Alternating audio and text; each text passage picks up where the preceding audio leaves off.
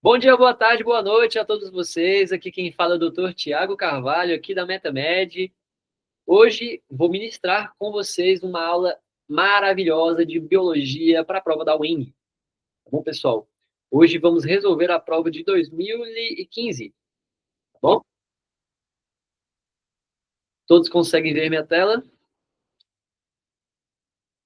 Oi, Letícia. Oi, Laura. Qualquer dúvida, meninas, podem colocar no chat que ao final da aula eu vou estar interagindo e respondendo vocês. Combinado? Então vamos lá. Vou abrir a provinha aqui de vocês. Então, qual que é a ideia de hoje, pessoal? Eu vou estar dando continuidade aqui às resoluções de prova da UENG, tá? Como estamos vindo da mais atual à mais antiga, a gente já resolveu bastante. Vamos entrar agora na parte de 2015, tá bom? Deixa eu só achar a parte aqui de biologia que a gente já começa. Então, a ideia é, pessoal, fazer uma revisão rápida e objetiva em cima dos pontos da questão, tá? E ensinar algumas técnicas ali para vocês e também algumas anotações de como eu faria a prova se fosse vocês no lugar. Bom, pessoal, vamos lá. Questão 37 da prova de Biologia da UENG de 2015.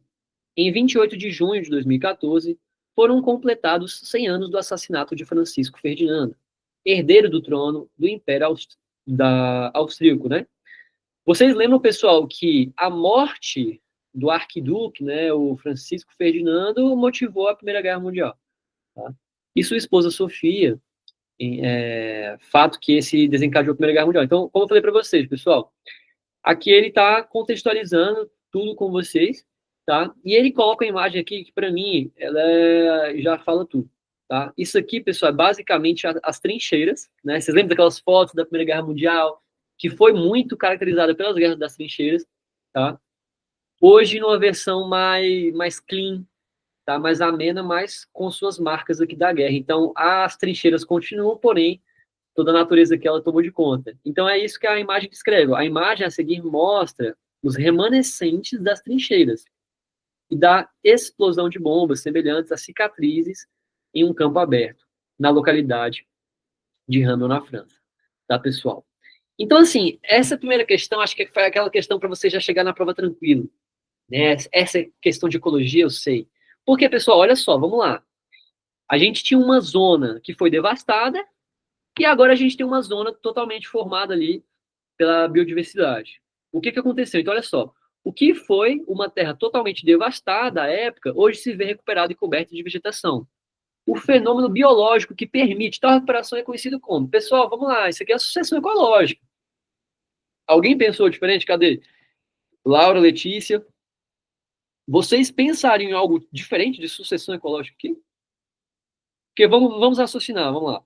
Cadeia alimentar. Se ele estivesse falando de cadeia alimentar, ele colocaria aqui um animal comendo outro, ou comendo uma planta, que não é o caso, né? Sucessão ecológica é basicamente isso, pessoal. Essas regiões que elas ficam inóspitas e depois ela vai ter uma nova formação ecológica ali, a gente chama isso de sucessão ecológica, tá? Ciclos biogeoquímicos, pô, aí aquele teria que descrever o ciclo do nitrogênio, o ciclo do hidrogênio, o ciclo da água, o ciclo do oxigênio, o ciclo do carbono, né, que também não seria o caso. E nicho ecológico, né? Nicho, pessoal, quando a gente fala nicho, é o quê? Pô, tudo que envolve aquela cultura ali do indivíduo. Então, que não é o caso. Essa questão, na minha opinião, ela estava tranquila, tá? Vocês sentiram dificuldade em resolver a questão? Marcariam um B mesmo, assim, de cara, ou fariam algo diferente? Que interessante vocês lembrarem desse conceito, tá? Então, vamos lá. Próxima questão. Vamos ver se vem uma mais complicada, né? Zoiuda. Foi uma noite que ele conheceu Zoiuda. Foi uma noite e nem poderia ser de outra forma, já que as tananã e as estrelas, as lagartixas também são seres da noite, e só nela, ou de preferência nela, se mostram. Foi numa noite que ela a viu pela primeira vez. Era uma sexta-feira, e ela tinha acabado de chegar da rua. Quando se aproxima da talha para tomar um copo d'água. Lá estava a lagartixa na parede, perto do vitrô, que dava para a área de serviço do apartamento onde ela morava, no 10º andar. é desbranquiçada, um pouco mais cabeludinha que o comum e quase rabicó. Mas foram os olhos o que mais lhe chamou a atenção. Exorbitados, duas bolinhas brilhantes, parecendo duas miçangas. Gente, vamos lá. Aqui a gente está claramente descrevendo um réptil, né? Aqueles calanguinhos, né? Minha mãe fala que não pode matar porque traz sorte, né? Então ele basicamente, pessoal, ele está descrevendo ali uma lagartixa, né? Aquelas lagartixas domésticas, né? É aí, ó, a bichinha. Tá? Então ele basicamente está descrevendo a lagartixa doméstica. Tá? Beleza, pessoal? E o que eu quero que vocês entendam aqui quando a gente começa a entrar na zoologia, tá? Entender dois conceitos que são muito importantes, que é o seguinte, ó, vamos lá. O primeiro conceito da ecologia que vocês têm que estar sabendo é o seguinte, tá? Quando a gente pensa em toda a parte da evolução, né, os animais eles foram se desenvolvendo e se aperfeiçoando no sentido de excreção, de circulação, respiração, tá certo? Então, por exemplo, quando a gente fala de sistemas excretórios, né, existem animais ali que vão ter uma excreção de ureia, outros vão ter de ácido úrico, tá certo? Então é sempre importante vocês estarem revisando isso. Então, olha só.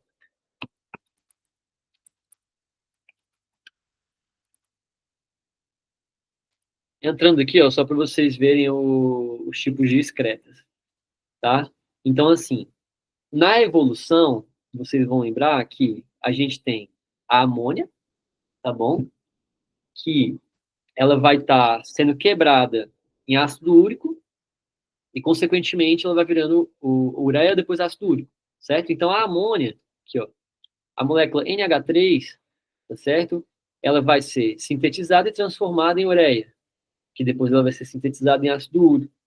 Nós, mamíferos, a gente vai utilizar desse tipo de excreção de ureia, tá? Mas aí, por exemplo, aves vai ter diferente, então é isso que eu quero abordar com vocês aqui agora.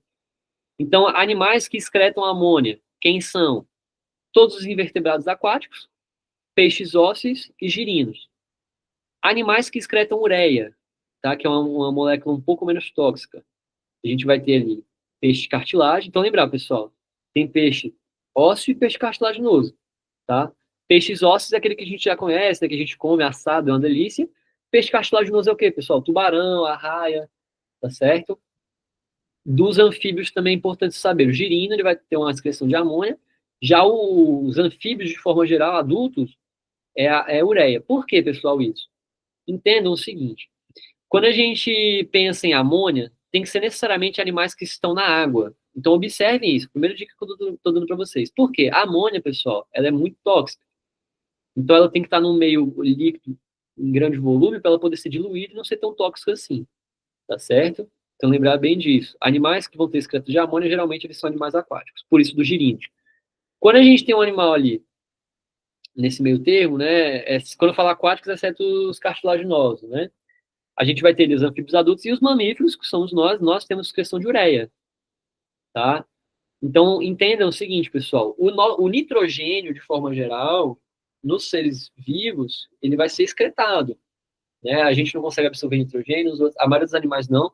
Só existe uma classe ali que consegue fazer essa sintetização do nitrogênio, que são quem? As bactérias das raízes das plantas leguminosas. São as únicas que conseguem sintetizar o nitrogênio, tá? Os demais, pessoal, as aves, de forma geral, e os répteis, junto com alguns insetos, eles vão ter uma excreção de ácido úrico. Por quê? Todo o sistema excretório das aves, por exemplo, dos répteis, ele é unificado, né? Então, por esse motivo, ele vai fazer algo que é menos tóxico, por não ter essa divisão, ele é menos tóxico, tá? E ele acaba ficando mais tempo ali no organismo do indivíduo e tudo mais, certo? Outro ponto também que vocês têm que estar sempre sabendo é em questão da circulação, tá? Então, dentro da zoologia, as classificações circulatórias, tá? É sempre importante vocês entenderem que isso vai evoluindo. Então, tanto em cavidades, quanto em mistura ou não de sangue, tá certo? Então, por exemplo, quando a gente começa a pegar aqui, deixa eu dar um zoom pra vocês, tá? Lembra o lado de toda a zoologia, né? Poríferos, cnidários, plateumintos, nematelmintos, né? Até nematelminto, pessoal, a gente não tem sistema circulatório. Tá? O sistema circulatório ele começa aberto lá nos moluscos e em alguns moluscos, né? Basicamente aqueles cefalópodes, né? Aquele molusco, a gente vai ter cefalópode, gastrópode e bivalves, né? Então, os cefalópodes, eles vão ter uma circulação fechada, tá? E já os outros moluscos são abertos, né? O gastrópode e o bivalve, tá certo? Já anelídeos, pessoal, também circulação fechada, tá? Artrópodes é aberta, né? São os insetos de forma geral. Toda a parte de equinodermos também é um sistema de circulatório próprio. Agora, quando a gente começa, peixe, anfíbio, réptil, ave, que é quando a brincadeira começa, tá? Peixe, anfíbio, réptil, ave, tudo é fechado, tá? Quem tem sistema aberto, pessoal, é melhor decorar dessa forma, né? Gente, cai em prova basicamente artrópodes, tá? E os moluscos fica aquela exceção de gastrópode e bivalve, mas o que mais cai em prova é saber que artrópode tem sistema aberto. Sabendo que a artrópode é aberto, todo o resto é fechado, fica até mais fácil, entenderam? Agora pensando nas demais, tá? O peixe, de forma geral, ele vai ter toda uma cavidade mais simples. Então, é uma passagem no coração, vai ter mistura de sangue, é isso, tá? Já anfíbio, réptil, ave, mamífero, vai ter duas passagens ali no coração, diferente do peixe, que é só uma vez, tá? Já pensando em mistura ou não de sangue, vai depender das cavidades. Então, por exemplo, o peixe ele tem duas cavidades, então uma tem comunicação com a outra, e o sangue vai se misturar mesmo. Já anfíbio, ele vai ter três cavidades, o réptil também vai ter três cavidades, exceto os crocodilianos, que vão ter quatro cavidades, tá? Então, o réptil que também podia ter um asterisco, porque crocodiliano também tem quatro cavidades. Agora, ave e mamífero, que são o auge da evolução, eles vão ter quatro cavidades, sistema fechado, circulação não mistura, tá? Então, entendo que isso aqui é uma progressão. Essa tabela, pessoal, basicamente responde quase todas as questões de zoologia desse tipo aí, tá bom? Então, voltando para a questão, vou abrir de novo aqui. O animal citado no texto, obviamente, é uma lagartixa, né? Se encaixa em um mesmo agrupamento de cobras e lagartos, então são répteis, tá? Essa classe animal se caracteriza por possuir, entre outras características, o quê? Então, vamos lá. Toda a parte de circulação, pessoal. Então, vai ter uma circulação, ó, vamos lá. É aberto? Olha lá, tá? Circulação de répteis. Ela vai ser o quê? Fechada, acabei de falar. Quem tem circulação aberta, pessoal? Geralmente é artrópodes, tá certo? Então, olha só que interessante. Voltando aqui, então, reprodução assexuada. Gente, quem faz reprodução assexuada é poríferos, né? Bactérias. Não é o caso também aqui, não. Circulação aberta, quem tem isso é artrópode. Excreção predominantemente de ureia. Ah, essa aqui ficou boa, hein? Exatamente, a letra C, aqui, tá? Respiração pulmonar, não todos os répteis. Então, a melhor resposta aqui no caso, realmente, ficaria a letra C. Bom, vamos continuar. E é bom, pessoal, você sempre lembrar disso aqui, ó, como eu falei para você, tá? A gente vai ter ali, ó, o NH3, que é a amônia, tá? A ureia, que a ureia ela vai abranger ali toda a parte de animais mais terrestres, e o, o ácido úrico na outra opção, tá? Na verdade, pessoal, última forma, minto, é que não é ureia, não. Desculpa, gente. Isso aqui seria o quê? Ácido úrico. Perdão, equivoquei. Ácido úrico.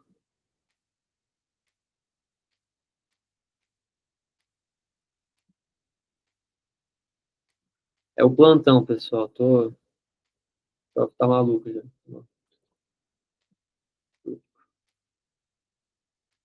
Tá? Respiração pulmonar é a melhor opção aqui, na verdade. Perdão. Tá? Então, assim, entendam que a gente foi matando aqui por conceito, tá? Sexuado, quem faz é poríferos e bactérias. Circulação aberta geralmente cai para artrópodes. Excreção de répteis, pessoal, ácido, tá? Assim como aves também, tá bom? Respiração pulmonar é a melhor opção. Por quê? Quando a gente pensa na escala evolutiva deles, né, vai ter o peixe que sai da água, vira anfíbio, que é 2,5, depois o réptil ele é um animal totalmente terrestre, né? Então ele vai ter, sim, uma respiração totalmente pulmonar, tá bom? Porém, não, alguns ali vão fazer ainda troca gasosa pela pele, tá? Questão 39. O tempo não existe. tudo continua aqui e cresce como uma árvore, pesada de frutos que são máscaras, palavras, promessas, bocas e ferozes, né? Então, olha só. Na estrofe acima, uma árvore pesada de frutos. Gente, vamos lá, vamos lembrar de botânica. Na botânica temos ali, pô, toda a classe ali de musgos, né? Depois a gente vai para samambaias, depois pinheiros e, por fim, a maioria das árvores que a gente conhece, tá? Então, traduzindo isso para biologia, temos as briófitas, que são as primeiras a surgirem ali, tá? Briófitas que vão ter seus rizóides, cauloides e filóides. Toda a parte ali das briófitas, né, está relacionada mais a musgos, então são plantas pequenas, tá? Quando a gente tem uma evolução, melhora a circulação, né? Então a gente tem esse marco de criar um sistema circulatório, a gente evolui para as pteridófitas, que são as famosas samambaias, xaxins, cavalinhos, tá? E já quando a gente pensa ali em um amadurecimento da questão de seiva e questão de semente, principalmente, né? Mas sementes nuas, a gente chama de gimnosperma, tá? Gímenos, né? Nu, esperma, semente, então semente nua. Aí essa semente ela vai ser revestida, seja por um fruto ou uma flor, enfim, essa semente ela vai ser revestida por algo que protege, é o que é anjo, né? Anjo é aquele que guarda, que protege. Angiospermas é uma planta que protege suas sementes, tá? Então, quando a gente fala de frutos, pessoal, essa é fácil. Falou de flor, falou de fruto, tem que ser angiosperma, não tem outra opção, tá? Não se esqueçam disso.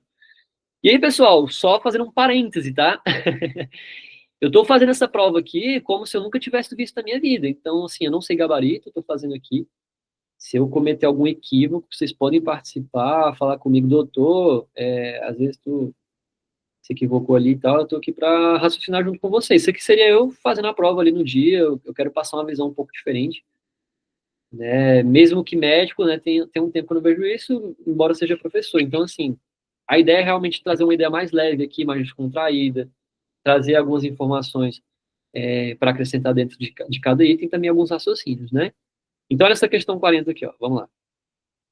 Pois viver deveria ser até o último pensamento, derradeiro olhar, transforma-se, né? Então, interpretado no sentido biológico, a autora pode estar. Então, vamos lá, pessoal, vamos refletir aqui para essa questão de filosofia, né? Pois viver deveria ser até o último pensamento, o derradeiro olhar, transforma-se.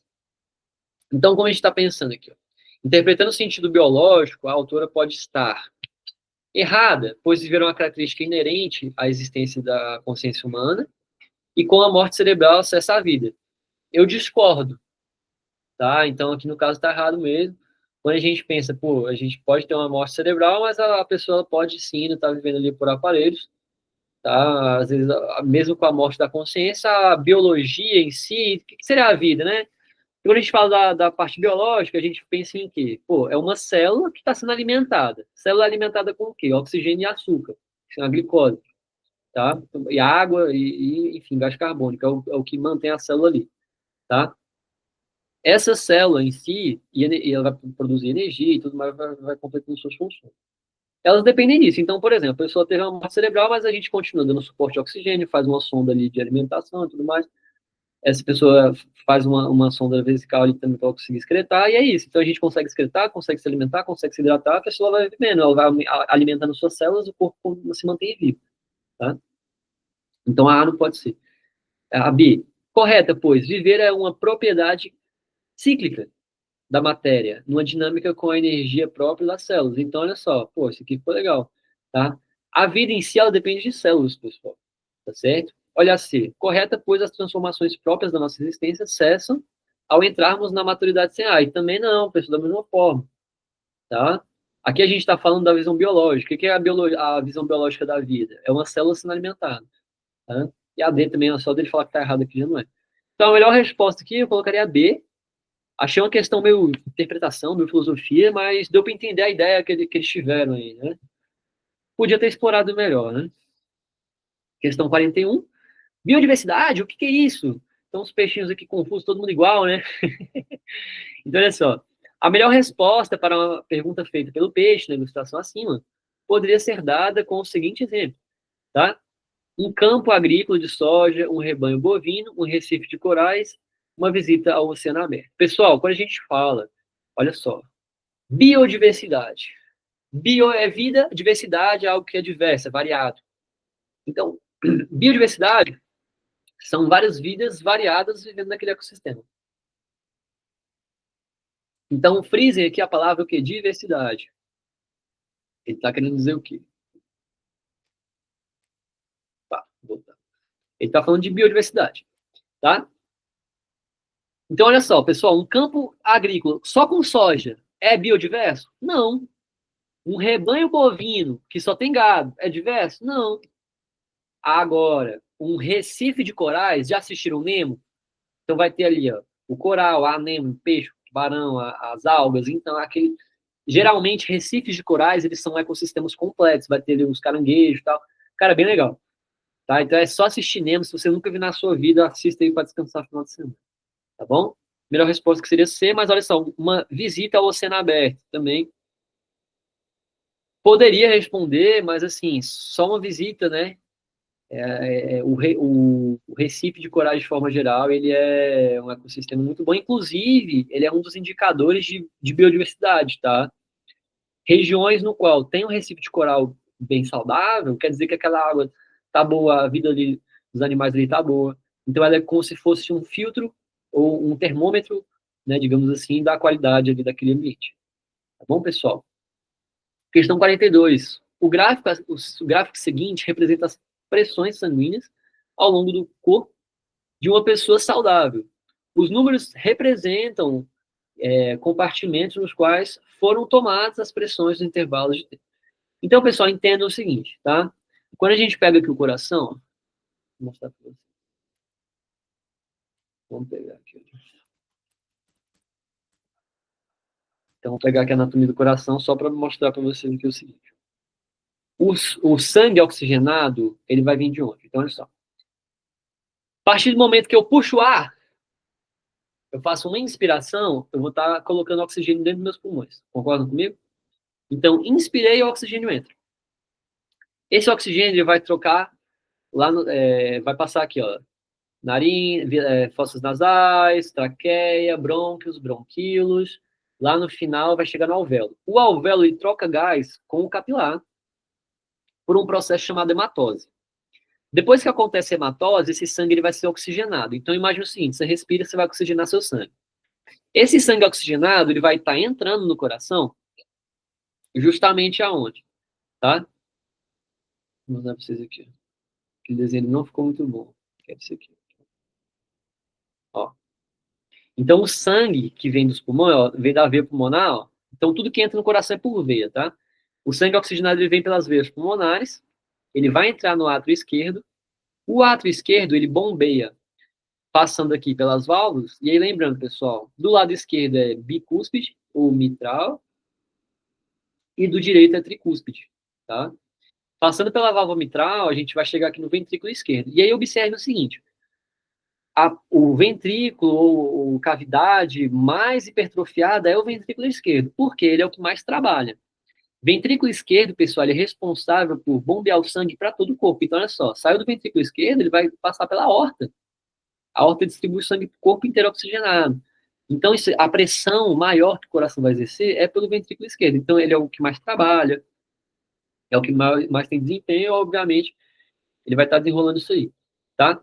O sangue pegou, passou pela aorta, foi distribuído pelo corpo, as nossas células vão utilizar e vão devolver esse sangue cheio de gás carbônico para o nosso coração para a gente poder voltar para o pulmão e a gente fazer essa troca gasosa novamente. Observem que o sangue ele passa 2 vezes pelo coração, como eu acabei de falar para vocês na parte lá, olha só. Circulação é dupla. Então, anfíbio faz isso, réptil faz isso, ave faz isso, mamífero faz isso. Exceto peixe, tá? Por isso estava falando para vocês. O sangue com gás carbônico, né? O sangue venoso, ele vai estar voltando aqui pela veia cava superior e veia cava inferior, chegando na veia cava comum e desembocando aonde? No ato direito. Então, lado esquerdo, pessoal, átrio e ventrículo, vai passar sangue oxigenado, no lado direito, sangue arterial, ou sangue venoso, tá? Esse sangue venoso, pessoal, sai do átrio direito, passa pela tricúspide, chega no ventrículo esquerdo, ventrículo direito, Ele vai ser bombeado pela artéria pulmonar. Esse sangue com gás carbônico vai até os alvéolos, faz a hematose novamente e a gente expele o gás carbônico, tá? Então, para responder a questão, é o seguinte, ó, o número, tá, ele quer saber, ó, considerando as informações fornecidas e os outros conhecimentos sobre fisiologia circulatória humana, o ventrículo esquerdo do coração está representado pela pressão medida em... Então, pessoal, o ventrículo esquerdo é o que tem maior pressão. Então, é só você olhar no gráfico, olha, é um gráfico de pressão por tempo, certo? Pressão por tempo. Nesse caso, o que a gente vai fazer? Poxa, é só olhar quem tem a maior pressão. Quem tem a maior pressão? O 1. Então, se o 1 tem a maior pressão, obviamente, quem é que vai ser o nosso lado esquerdo? O 1, tá, pessoal? Então, assim, finalizando aqui as questões de biologia, eu particularmente achei tranquilo, tá? Qual dica que eu vou estar dando para vocês, então, nessa reta final? Dá uma revisada legal ali em biologia, principalmente da parte de zoologia, tá? Vale a pena vocês estarem dando uma olhadinha nisso aí. Beleza, meninas? Tem alguma dúvida aí que ficou sobre a aula? Perdão hoje ter sido um pouco mais rápido, tá? Eu tô com emergência em alguns pacientes ali. Eu não consegui me estender por muito tempo. Tá bom? Mas eu fico aberto aí a dúvidas que vocês tiverem, tá? Precisar, pode estar falando aqui comigo no privado também.